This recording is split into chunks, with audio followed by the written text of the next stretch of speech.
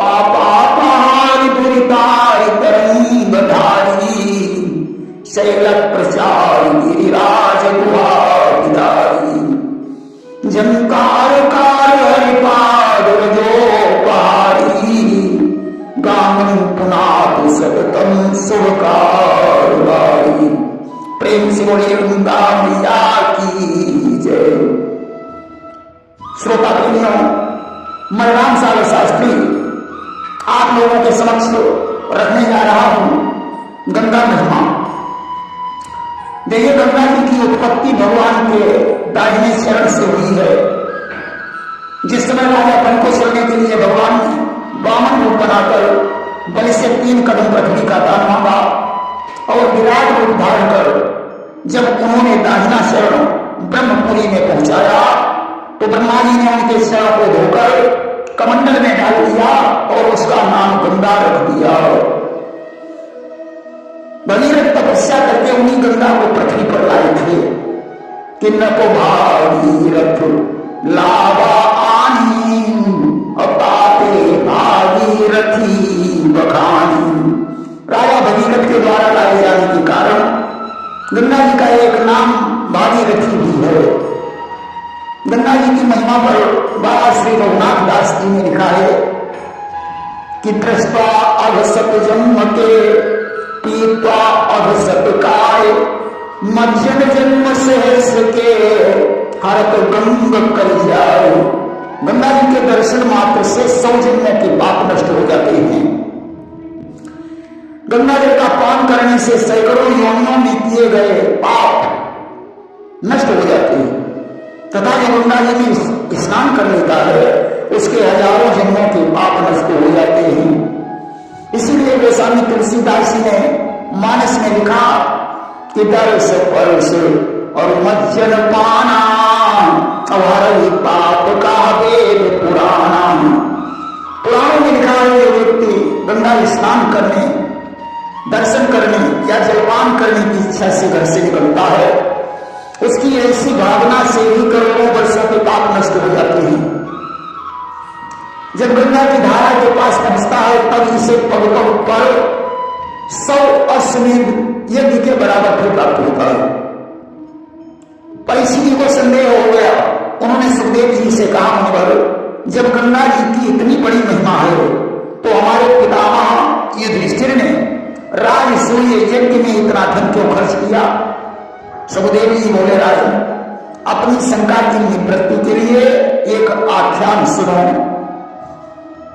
कि एक बार शिव प्रिया समेता गए प्रयाग मज्जन के हेता।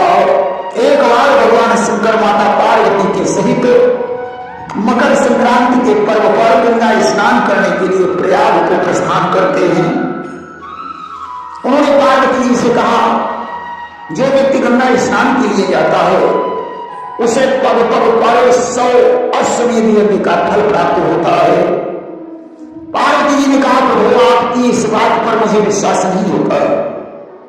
गंगा नहाने के लिए तो तमाम लोग जाते हैं परंतु कल्याण तो कम लोगों का ही हो पाता है। ऐसा क्यों हो रहा है? जब सभी लोग स्नान करने जा रहे हैं तो सभी का कल्याण होना चाहिए। भगवान शंकर ने कहा, प्रिय, आओ तुम्हें मैं प्रत्यक्ष रूप से दिखाता हूं कि सभी का कल्याण क्यों नहीं हो रहा है। भगवान शंकर ने कोढ़ी का रूप धारण किया। पार्वती जी से कहा, तुम सुंदर रमणी बन जाओ। पार्वती जी सुंदर रमणी बन गई। शिव ने कहा, तुम लोगों से ये कहो कि जिसने 100 अश्वमेध यज्ञ किए हो ऐसा पुरुष यदि मेरे स्वामी को छू ले तो इनका कोढ़ नष्ट हो जाएगा। अब तो लोग उनसे पूछने लगे, देवी तुम यहां क्यों बैठी हो? पार्वती जी ने कहा, जिसने 100 अश्वमेध यज्ञ किए हो वह यदि हमारे पति को छू ले तो इनका कोढ़ नष्ट हो जाएगा। मैं ऐसे व्यक्ति की प्रतीक्षा कर रही हूं। अब तो चारों ओर से घेरा लग गया, तमाम लोग इकट्ठे हो गए। कोई कहता है तुम कितनी सुंदर हो, कहां इस कोढ़ी के चक्कर में पड़ी हो, मेरे साथ चलो। कोई इनकी हंसी कर रहा है, कोई लोभ दे रहा है, कोई भय दिखाकर इन्हें अपना बनाना चाहता है, कोई ज्ञानी पुरुष इन्हें धन्यवाद दे रहा है कि धन्य है माता। ऐसे कोढ़ी पति की सेवा करके तुम अपने जीवन को कृतार्थ बना रही हो, मैं आपको साष्टांग प्रणाम करता हूं। हे माता, हमारी समझ में ये आता है कि तुम अपने पति को घर के अंदर ले जाकर इनकी सेवा करो। पार्वती जी ने कहा, मुझे एक ऋषि ने बताया है कि अगर 100 अश्वमेध यज्ञ किया हुआ मनुष्य इन्हें अपने हाथों से छू लेगा तो इनका कोढ़ नष्ट हो जाएगा, इसलिए मैं यहां बैठी हूं। उस धर्मात्मा पुरुष ने कहा, माता अगर ऐसी बात है तो मैंने लाखों अश्वमेध यज्ञ किए, लाओ मैं इनका स्पर्श करूं। धन्य है उस धर्मनिष्ठ ब्राह्मण को, आज जो उसने स्पर्श किया भगवान शंकर का दिव्य स्वरूप हो गया। अब तो लोगों की आंखें खुली की खुली रह गई। भला इस 30 वर्ष के व्यक्ति ने लाखों अश्वमेध यज्ञ कैसे कर ली? इसके पास इतना पैसा कहां से आया? फिर इसकी इतनी उम्र भी नहीं है। लोगों ने कहा, भैया आपने इतनी उम्र में लाखों अश्वमेध यज्ञ कैसे कर लिए? उस ब्राह्मण ने कहा कि शास्त्रों में ऐसा कहा गया है कि गंगा स्नान करने वाले को पग पग पर 100 अश्वमेध यज्ञ का फल मिलता है। मैं अपने घर से हजारों कोस पैदल चलकर आता हूं, रोज गंगा स्नान करता हूं, इसलिए उस हिसाब से हमारे तो करोड़ों अश्वमेध यज्ञ पूरे हो चुके हैं। भगवान शंकर तो पार्वती जी के सिर चले गए।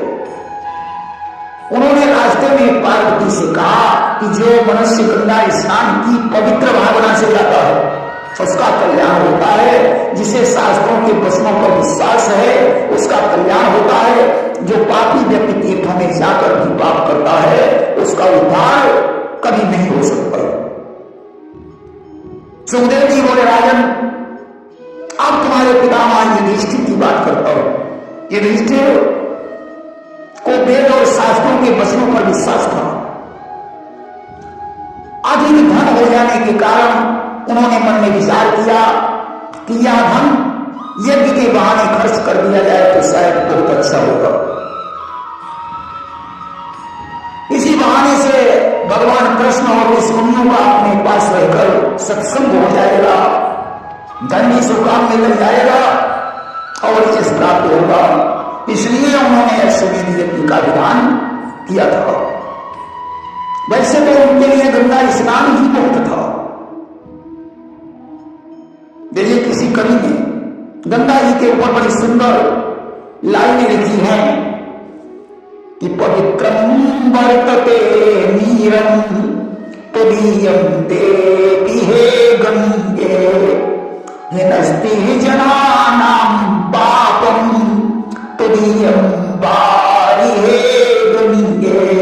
हे देवी गंगे, तुम्हारा जल परम पवित्र है जो पापियों के पापों को नष्ट कर देता है।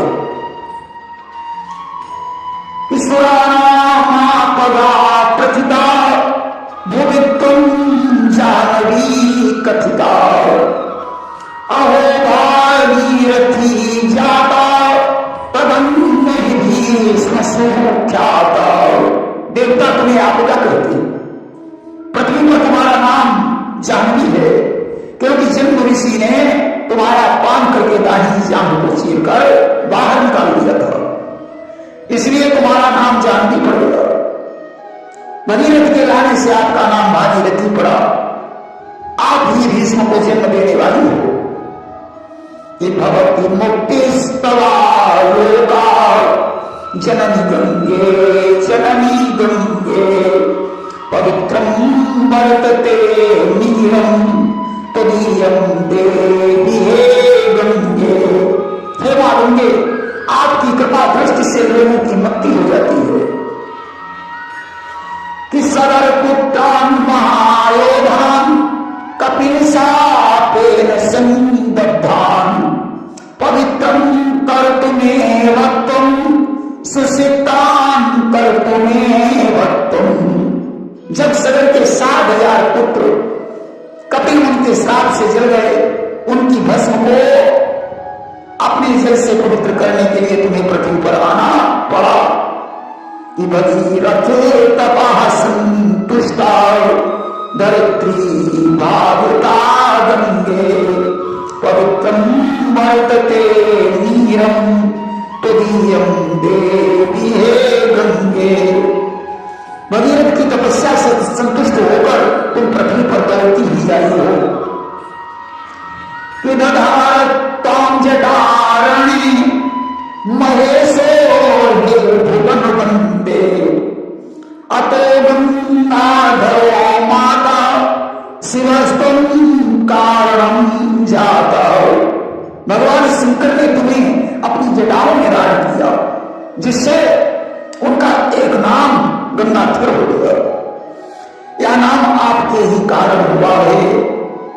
प्रभावो नस्ते धरायाम भासते गंगे पवित्रम वर्तते नीरम तदीयम देवी हे गंगे। तुम्हारी महिमा का यह प्रभाव पृथ्वी पर प्रकाशित हो रहा है। प्रेम से गंगा मैया की जय।